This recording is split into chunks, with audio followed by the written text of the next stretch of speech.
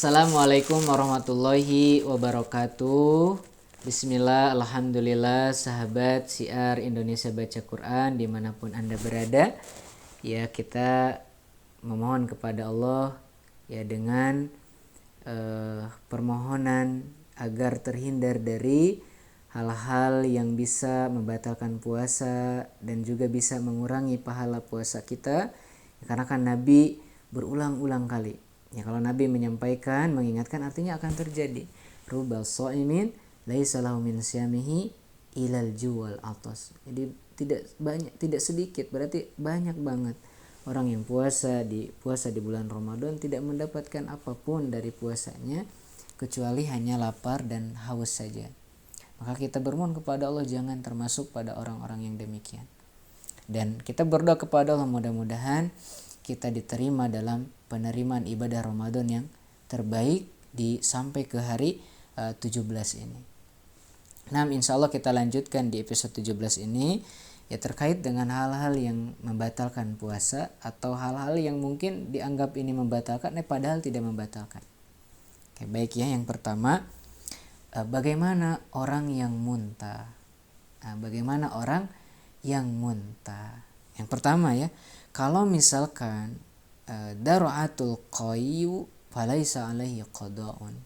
Ya, kalau misalkan muntah tanpa disengaja maka tidak wajib baginya qada karena tidak membatalkan. Jadi yang pertama, kalau muntahnya tanpa sengaja, misalnya karena mual berat, kita mual misalkan, kemudian sakit atau bau tidak sedap sehingga ketika kita aroma kita mencium aroma yang tidak sedap itu muntah keluar sendiri tanpa ada niat. Maka ini hukumnya tidak membatalkan puasa. Lalu kedua, bagaimana kalau misalkan muntahnya dengan sengaja? Contohnya misalkan memasukkan jari ke tenggorokan, misalkan gini ya, kan mual tuh, memaksa diri kan mual, karena mual kemudian kita muntah. Hal ini disengaja, maka hukumnya itu membatalkan puasanya dan wajib menggantinya di hari yang lain. Akan tetapi begini teman-teman, sahabat siar Indonesia Baca Quran, walaupun sudah batal di situ, jangan seluasa atau bebas itu untuk makan dan minum dan sebagainya. Tidak, tetap menahan diri sebagai bentuk penghormatan untuk menghormati bulan Ramadan. Lalu kemudian yang ketiga, kalau muntah tanpa sengaja, lalu ada muntahan yang tertelan. Jadi sudah muntah nih tanpa sengaja, lalu ada muntahan yang tertelan kembali. Jika terjadi dengan sendirinya tanpa sengaja menelannya lagi, maka tidak membatalkan puasanya. Akan tetapi makanya kalau misalkan sudah muntah nih tanpa disengaja, maka itu harus segera langsung kumur-kumur keluarkan.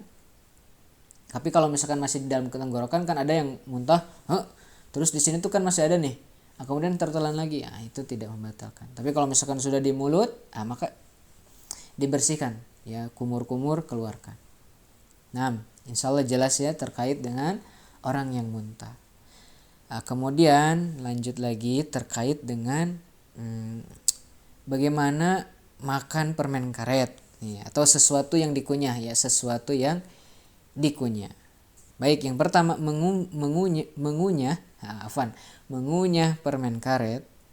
Jika permen karet itu mengandung rasa, misalkan manis, ada rasa manisnya, atau larutannya masuk ke tenggorokan, maka puasanya batal. Sesuatu yang dikunyah. Jadi sesuatu yang dikunyah itu ada larutan yang keluar dari situ, kemudian ada rasanya, itu membatalkan puasa. Bahkan sekedar mengunyah saja haram. Nggak boleh, mau ngapain sih ngunyah ya, karena bisa memicu kerusakan puasa. Itu ya terkait dengan mengunyah sesuatu yang dikunyah. Ya pokoknya janganlah ya mengunyah apapun, nggak boleh ya, untuk berhati-hati. Kemudian kedua, dahak atau lendir. Misalkan ada dahak atau lendir, kalau masih berada di tenggorokan dan tertelan sebelum sampai ke mulut, maka puasa tetap sah. Tapi kalau misalkan sudah di mulut, apa nih? Misalkan lendir atau dahak sudah di mulut, udah di sini, ditelan, itu jangan, karena itu membatalkan. Tapi kalau misalkan kita keluarkan, kalau sudah di mulut dikeluarkan, ya karena membatalkan puasa. Afwan, ini saya agak gak enak ini kalau ngomong berbicara tentang dahak. Kemudian yang ketiga, mencicipi makanan. Bagaimana nih? Kan biasanya ada nih, ya misalkan di sini ada ummahat ibu-ibu yang suka cicipi makanan. Bagaimana hukumnya? Hukumnya makruh, dibenci.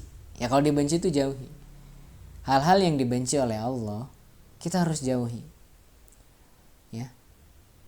Kalau kita ingin dicintai oleh Allah, maka lakukanlah amalan-amalan yang Allah cintai. Kalau misalkan kita melakukan amalan-amalan, perbuatan-perbuatan yang tidak disukai Allah, itu bagaimana jawabannya? Bisa dikembalikan. Jadi kalau ini salah satu mencicipi makanan itu adalah makruh tanpa ada kebutuhan, ya. Dibenci mencicipi makanan saat puasa tanpa kebutuhan. Tetapi bila ada kebutuhan, misalnya memastikan rasa makanan untuk orang lain, ya, ibu-ibu nih ya, ummahat dengan catatan tidak ditelan.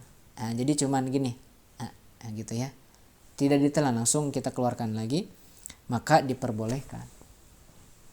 Ini saya masih ingat bunda saya tuh dulu kalau di kampung kayak gitu. Ya, jadi kalau makannya tanpa ada kebutuhan itu makruh, dibenci. Tapi kalau misalkan untuk sekedar memastikan rasa makanan untuk orang lain, untuk suami kita, maka diperbolehkan asalkan jangan ditelan.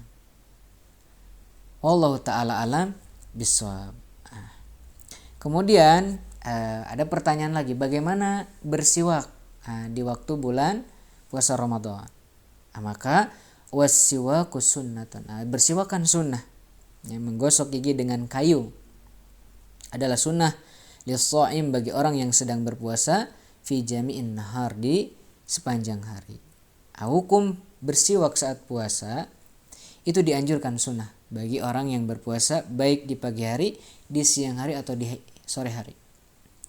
Tidak ada perbedaan waktu, meskipun sebagian ulama menyatakan makruh setelah waktu zuhur karena khawatir menghilangkan bau mulut yang disukai oleh Allah.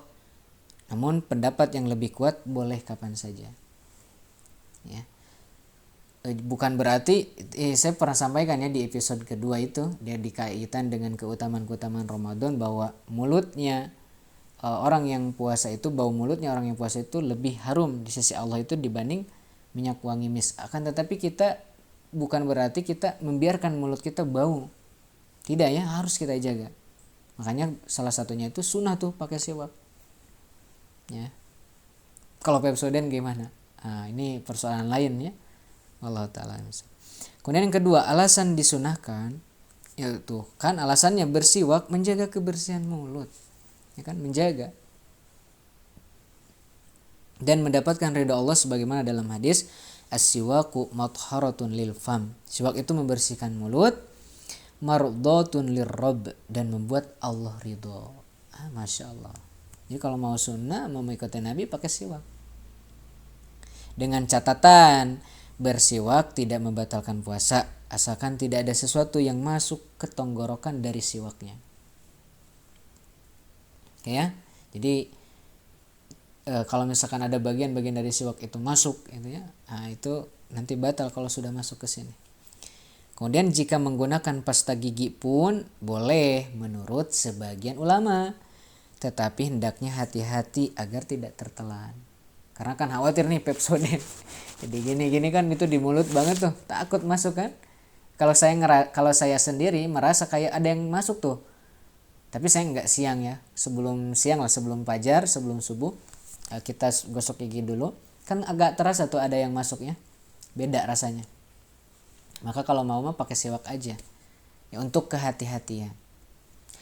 Barakallahu fikum. Demikian ya terkait dengan tambahan hal-hal yang membatalkan puasa atau hal-hal yang mungkin dianggap membatalkan puasa, ternyata tidak. Wallahu ta'ala alam bisawab. Insyaallah kita berjumpa lagi di pertemuan esok, masih berkenaan dengan hal-hal yang membatalkan puasa atau hal-hal yang dianggap membatalkan ternyata tidak membatalkan. Barakallahu fikum. Saya Yusuf Ibnu Ahmad. Wassalamualaikum warahmatullahi wabarakatuh. Ya ayyuhalladzina amanu kutiba alaikumus